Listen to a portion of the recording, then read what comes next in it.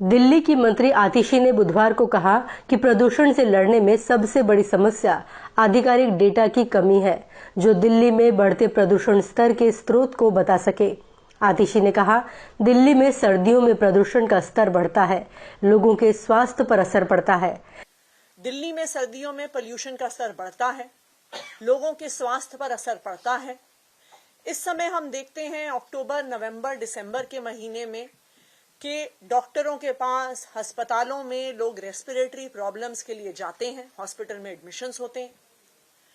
इस बढ़ते हुए प्रदूषण को कम करने के लिए दिल्ली सरकार लगातार 8 साल से काम कर रही है। कई रिपोर्ट्स भी आई हैं इंडिपेंडेंट ऑर्गेनाइजेशन से, जिन्होंने ये बताया है कि दिल्ली में होने वाला प्रदूषण पिछले कुछ साल में कम हुआ है।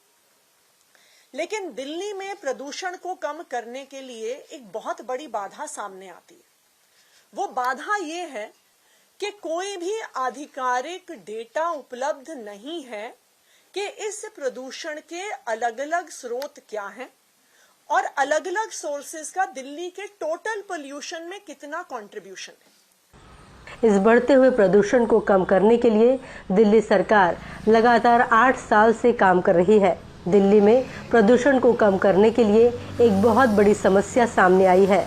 वो ये है कि ऐसा कोई आधिकारिक डेटा उपलब्ध नहीं है जो ये बता सके कि इस प्रदूषण के अलग अलग स्रोत क्या है और दिल्ली के कुल प्रदूषण में उन स्रोतों का क्या योगदान है।